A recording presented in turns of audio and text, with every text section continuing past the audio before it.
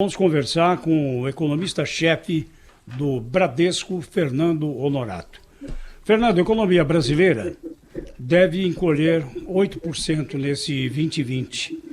É um dos piores resultados globais, mas outros países na Europa também estão com essa ameaça aí. É o caso da França, é o caso de Portugal, a Itália com certeza também vai perder muito. Enfim, a pandemia atingiu o globo.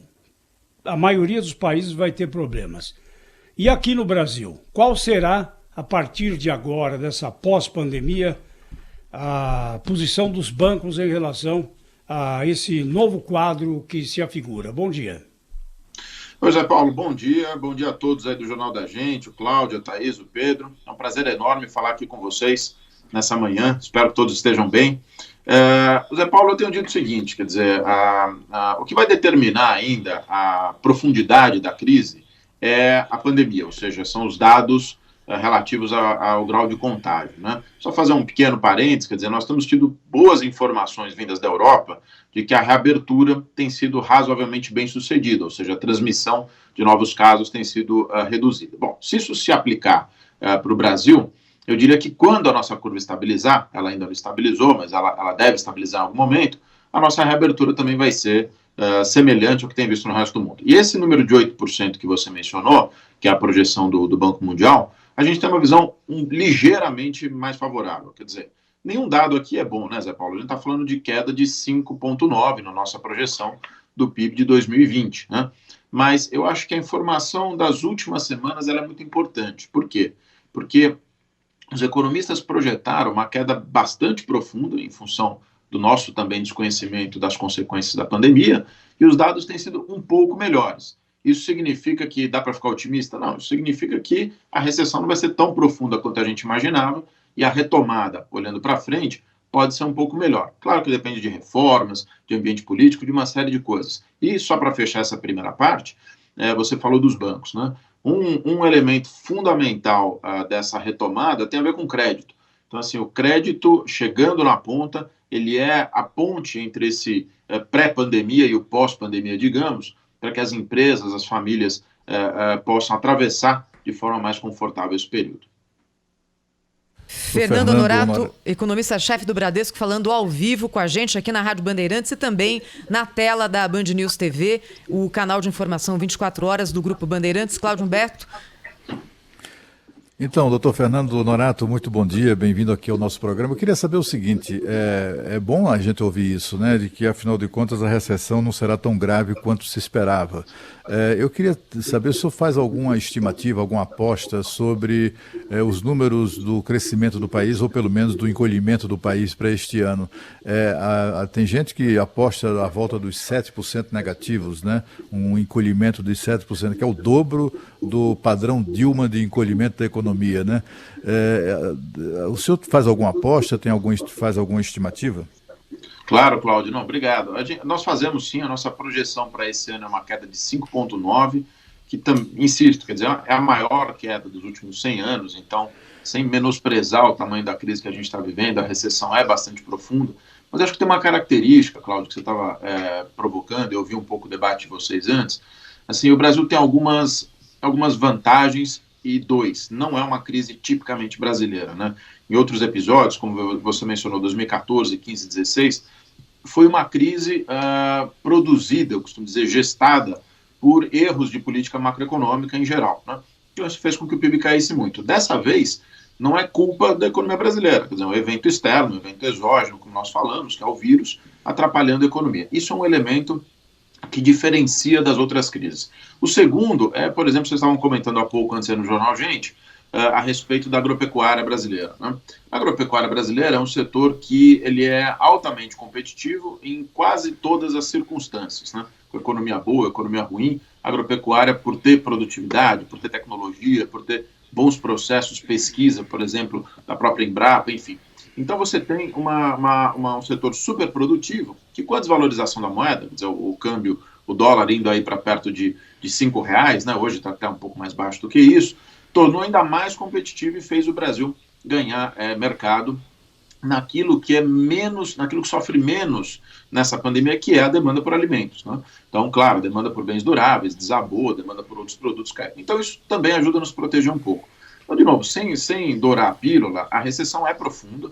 A gente está falando de uma queda sem precedentes na história brasileira e mundial, quer dizer, a última foi lá em 1929, no caso da economia global, mas por não ser uma crise de má gestão macroeconômica, eu acho que isso traz o elemento de um certo, digamos assim, uma expectativa de que a perspectiva possa ser melhor quando as nossas curvas estabilizarem aqui de contaminações. Fernando, para que essa expectativa possa ser melhor, Fernando, queria te perguntar o seguinte, em vários momentos o crescimento da economia no Brasil foi baseado no consumo das famílias. No momento de maior desemprego e de evidente retração do consumo familiar, por onde que a gente vai ter esse respiro para começar a retomada na hora que a curva da pandemia assim o permitir? Olha, Thaís, você tem razão, a história do Brasil é uma história de retomada via consumo, né? Agora, tem um elemento novo nessa discussão toda, que até um pouquinho antes da pandemia, deixa eu falar de outra maneira, quer dizer, vinham sendo implementadas reformas, já desde 2016, que estavam fazendo uma mudança nessa estrutura da economia brasileira. Basicamente, quais foram essas reformas? O teto dos gastos, a reforma trabalhista, a nova taxa de juros do BNDES, reformas do ambiente de negócios, algumas ligadas à LMP da liberdade econômica, enfim. Essas reformas, agora sim, voltando ao ponto que eu estava mencionando, elas estavam produzindo um ambiente em que o setor privado passava a ser protagonista da economia, com o crescimento do mercado de capitais, do mercado de crédito, e o investimento devia liderar esse processo. Tá? Essa era a nossa cabeça antes da pandemia. É claro, a pandemia atrapalhou tudo isso, torna o cenário muito mais incerto, mas repara que situação curiosa que o Brasil está vivendo. É a primeira vez que nós enfrentamos uma crise tão severa assim, com inflação e juros muito baixos. Aliás, nossa projeção é que a taxa de juros do Banco Central, a Selic, vai cair ainda mais. Ela está em 3% e possa cair até 2,25% na reunião da semana que vem. Então, eu acho que tem um elemento novo no pós-pandemia, que é, primeiro, a possibilidade, sim, do consumo também ajudar a retomada, com apoio do crédito, porque as taxas de juros vão permitir essa compensação, como você falou, as pessoas perderam o emprego por um lado, por outro, quem manteve o emprego vai poder compensar um pedaço da perda de renda com crédito. E segundo, eu gostaria, na verdade, né, a gente ainda não tem certeza, vocês estavam falando há pouco também do ministro Tarcísio, que o governo tenha a clareza de acelerar os processos ligados às privatizações, às concessões público-privadas, o ambiente de crédito e de mercado de capitais permite. Então, para fechar, eu acho que assim, até é uma excelente saída dessa tragédia, que é uma tragédia humana que nós estamos vivendo na pandemia, pensar em setores que não só geram empregos, como diminuem algumas das desigualdades e problemas que foram escancarados. Por exemplo, o projeto de lei de saneamento básico que está no Congresso. Se ele for aprovado, isso deslanchar investimento de saneamento básico, você pode ter sim uma saída via infraestrutura, se beneficiando dessas reformas que começaram há pouco tempo, há alguns anos, e que têm juros mais baixos daqui para frente. O Fernando, é inegável que as Norato, pessoas... né, o economista-chefe do Bradesco, aqui conosco. A minha pergunta é direta. O juro baixo é inimigo dos bancos, Fernando? Não é inimigo dos bancos, Paulo. Assim, eu vou ser muito franco. Assim, a gente fala isso bastante. O exemplo que eu dou é o seguinte: você prefere ter um portfólio pequenininho de clientes pagando juro alto, com uma inadimplência alta? Então, exemplo claro é o cartão de crédito, o cheque especial, que tem uma inadimplência bastante alta, ou você acha que os bancos, quer dizer, preferem uma carteira muito maior, com clientes tomando crédito imobiliário, que é muito mais barato, que ficam 30 anos com a gente e que a inadimplência é mais baixa? Então, assim, a experiência de vários países é que juros baixos ajudam a crescer o mercado de crédito, ajudam você ter mais até fidelidade desses clientes de longo prazo e colocam, ao mesmo tempo, um desafio aos bancos de se modernizarem, de terem opções mais interessantes de investimento para os clientes também, para que eles possam se apropriar digamos, desse juro baixo na sua carteira de investimentos, né? Que eles tenham alternativas melhores. Então eu não vejo dessa maneira não, eu acho que pode ser positivo para a economia, o que ajuda a economia, ajuda todos os setores, inclusive os bancos. Eu queria saber de você, doutor Fernando, do senhor, desculpe, doutor Fernando Honorato, é o seguinte... Paulo. É o seguinte, a gente viu aí, né, no auge da pandemia, as pessoas se movimentando, o governo, o Congresso votando leis que facilitam ou que destinam uma quantidade enorme de recursos para, enfim, que funcionasse como uma espécie de colchão, né, para amenizar, mitigar a queda aí, a drástica da atividade econômica, as empresas, pagar salário. O problema é que de lá para cá, eu sei que essa não é exatamente a sua área, mas já que é economista-chefe do Banco Bradesco, e pode talvez explicar isso para os nossos ouvintes. Por que tanta dificuldade das empresas de acesso a esse crédito tão farto, digamos assim, aparentemente, que foi concedido pelo governo nessas medidas, pelo governo e pelo Congresso nessas medidas? Qual é a grande dificuldade? Fica parecendo que os bancos têm uma certa insensibilidade em relação a isso. Tem que rezar segundo, né, as regras, tem que obedecer às regras que sempre estiveram em vigor e tal, ou não tem acesso a crédito. O que é que de fato está acontecendo? Perfeito, Cláudio. Não, é uma ótima oportunidade da gente poder, com franqueza, tratar desse assunto. Eu gosto de separar em algumas fases e alguns temas, tá? Mas vou tentar ser bastante breve. Primeiro, no início da pandemia, Cláudio, todo mundo teve medo do que ia acontecer. Quer dizer, os bancos, as empresas, as famílias. E tem uma lição em finanças que é o seguinte: caixa é o rei, né? Ou seja, todo mundo queria se proteger, ou proteger o seu negócio protegendo o caixa. Então a demanda por crédito explodiu no início da pandemia e mesmo os bancos não sabiam se iam receber do outro lado, se né, as famílias, as empresas iam continuar pagando os empréstimos que deviam. Então, de fato, no início teve uma certa paralisia ali inicial. Bom, depois o Banco Central tomou uma série de iniciativas, como você mesmo comentou, e isso começou a fluir. Aí entra um segundo momento. Nesse segundo momento, o crédito começa a andar, mas você tem uma demanda ainda muito grande. Então, a sensação que dava para muitas empresas, olha, não está chegando. Né? Você cresceu o crédito, só para ter uma métrica, enquanto a produção industrial caiu 20% em abril, o crédito para pessoa jurídica cresceu 30% quase. Né? Então, assim, ele estava andando, só que tinha uma demanda de 80%, 90%. Né? Então, isso deu um pouco essa sensação. E aí tem dois outros temas, para encerrar. Primeiro é que um programa em particular do governo, em parceria com os bancos, que é o programa DMP da Folha, de fato, o próprio governo reconhece, quer dizer, teve problema no desenho, porque as empresas, para acessar, elas tinham que ter um compromisso de não demitir, e isso fez com que elas não quisessem acessar. O programa parecia muito interessante, porque ele permitia as empresas reduzirem jornada sem que o ônus ficasse com elas, tomassem crédito, né, um crédito bem barato, a 3,75%, e isso era dividido entre os bancos e o governo. Agora, o programa precisa ser redesenhado. Então, teve um problema também de sociedade. E, por último, Cláudio, eu acho que aí tem uma distinção que não adianta a gente negar. Quer dizer, empresas que já tinham histórias que eram pouco promissoras antes da crise, ou que eram insolventes antes da crise, não adianta misturar com a crise. Bom, então agora ela vai querer ter acesso a crédito. Veja, ela já não, as finanças dela já não paravam de pé. Era uma empresa que não tinha condições de ter acesso ao crédito antes. A pandemia, claro que agrava a situação dela, a gente compreende, mas assim, o risco de crédito dela já era elevadíssimo antes da crise. Então, essas empresas também se juntaram na reclamação. As outras, em compensação, que eram solventes, têm tido acesso. Então, acho que tem aí um pouco de cada coisa, um pouco de cada um desses elementos, tá? E por último, esqueci, falta um aspecto importante, tem um segmento ali de médias empresas que ainda não tem um programa bem formatado, né? Eu acho que isso contribui para essa percepção. Mas, na medida do possível, esses dados são públicos, não são do Bradesco, está lá na nota de imprensa do Banco Central, as taxas de juros caíram, o crédito cresceu em abril, o presidente do Banco Central tem falado isso. Eu acho que essa sensação gradualmente vai se dissipando, eu esperaria. Fernando, a grande preocupação do brasileiro que está ouvindo essa entrevista aqui da Rádio Bandeirantes é com o emprego, né? Tem gente que está com dificuldade de saber se vai ser mantido no emprego ou se aquele que está desempregado, se vai ter emprego, quando vai ter emprego, né? Como vocês economistas aí, você de um dos bancos renomados aqui, dos maiores do país, como é que vocês enxergam essa questão? O que deve ser feito aí pelo governo, pela iniciativa privada para gerar emprego assim que as condições forem estabelecidas aí pela pandemia? Ô Pedro, você tocou num ponto que eu acho fundamental. Às vezes, né, a gente fica falando aqui na entrevista, falando de reformas, falando de uma série de temas como o acesso do crédito na ponta, e tem uma realidade que é isso, as pessoas precisam acordar de manhã e ter uma perspectiva de ter uma ocupação e gerar renda para poder, enfim, levar para casa, para serem produtivos, né?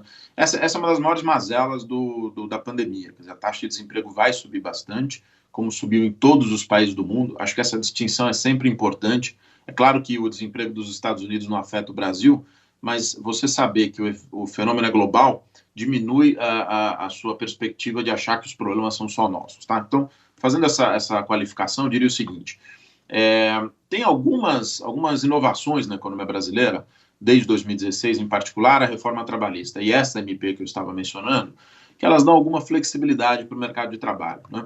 Então, acho assim, a gente viu na sexta-feira uma surpresa enorme de geração de vagas nos Estados Unidos, um país que vai ter o PIB encolhendo em 6%, mesmo tamanho que o Brasil. Eu acho que a gente pode ver uma surpresa olhando para frente, né, se a pandemia estabilizar. Porque, de novo, as pessoas não demitiram, as empresas não demitiram porque elas quebraram, porque teve uma má gestão. Elas demitiram porque elas não iam ter caixa nos próximos 3, 4, 5 meses, né? Então, com os negócios se retomando, eu imagino que vai haver uma melhora de contratação. Agora, o desemprego mais estrutural, duas coisas. Primeiro, né, antes de fazer esse comentário, alguns setores ainda vão sofrer. É o que eu tenho dito. Enquanto não tiver um remédio ou uma vacina, eu acho que essa é a grande frustração dos últimos 4 meses, quer dizer, se tinha uma expectativa de que pudesse ter pelo menos um remédio, e não tem até o momento, alguns negócios vão continuar sob forte isolamento, né? Então, bares, restaurantes, cinemas, esses setores tendem a ter uma retomada muito gradual do emprego. Mas tem uma outra frente que nós falávamos logo no início da conversa, até, se não me falha a memória, foi a pergunta da Thaís, que é priorizar frentes de infraestrutura. Então, assim, uma maneira eficiente de você retomar o emprego é fazer com que você ocupe o maior número de pessoas possível em projetos que são relevantes para a sociedade, que são relevantes para atenuar essas desigualdades da pandemia, como eu disse, por exemplo, no caso do saneamento básico, e que vão gerar emprego. Agora, isso precisa ser colocado em prática, precisa uma harmonia aí, do governo, governo federal, vocês estavam falando um pouco antes sobre isso, governo federal, Poder Judiciário, Congresso, para que se tenha um pacto pela União pós-pandemia de retomada da economia e de crescimento dos empregos, porque isso é o que afeta a vida das pessoas no fim do dia, tá? Então, acho que o desemprego vai subir, a gente ainda teremos números ruins pela frente, mas eu esperaria uma ação mais direta no ano que vem, junto com essas reformas que dão flexibilidade, para que o emprego possa retomar mais rápido no ano que vem. Fernando Honorato, economista-chefe do Bradesco, ao vivo com a gente aqui na Rádio Bandeirantes. Queria lhe perguntar o seguinte, Fernando. No momento em que a demanda por serviços públicos já está aumentando, com as famílias com menos condições de manter despesas na iniciativa privada, como escola, saúde, educação, o custo público vai aumentar e não é só agora no pico da pandemia, não é? Isso tem uma tendência de que continue por algum tempo. Como é que a gente vai conseguir equacionar o tamanho do Estado, o recurso público que é arrecadado versus esse maior gasto que já começa a acontecer? Thaís, a gente estava falando na resposta anterior, né, sobre esses temas de desigualdade do país, e a desigualdade se manifesta em várias frentes, né? Uma delas no arcabouço tributário do Brasil, a segunda no acesso a saneamento, acesso à educação, por exemplo, e tem uma terceira que você foi no ponto, que é na estrutura do Estado brasileiro, né? A estrutura do Estado brasileiro ela é uma patente manifestação das desigualdades, porque é possível atender de maneira mais eficiente a sociedade fazendo reformas administrativas, fazendo reformas no orçamento público que deixem os gastos menos rígidos e menos concentradores de renda e se transfiram para um Estado mais eficiente, né? Eu gosto de uma frase de uma colega minha que diz, olha, o tamanho do Estado que decide a sociedade, é no voto, sem sombra de dúvida. Agora, a escolha por um Estado eficiente devia ser uma regra de qualquer tamanho de Estado que essa sociedade escolheu ter, né? Então, sendo bem prático, a gente pode sim ter aliás, deixa eu falar de outra maneira, seria uma ótima oportunidade, de novo, passada essa tragédia humana, que nós pudéssemos ter uma conversa franca no Congresso, na sociedade, sobre prioridades orçamentárias. Será que a gente prefere ter salários mais altos, em parte do setor público, ou será que a gente prefere ter mais postos de saúde? E assim por diante. É um debate que não tem resposta, mas ele vai ser mais eficiente quanto mais for capaz de atender as demandas da sociedade. Isso eu acho vital. E, só para completar, essa é uma crise típica em que o Estado teve que intervir na economia, ou seja, gastar muito para poder minimizar o dano. Não tinha outro agente, ninguém do setor privado, nenhum agente da sociedade civil ia ser capaz de antecipar a renda futura para o presente para poder minimizar essa queda, tá certo? Agora, quem paga essa conta somos nós, né? São os contribuintes.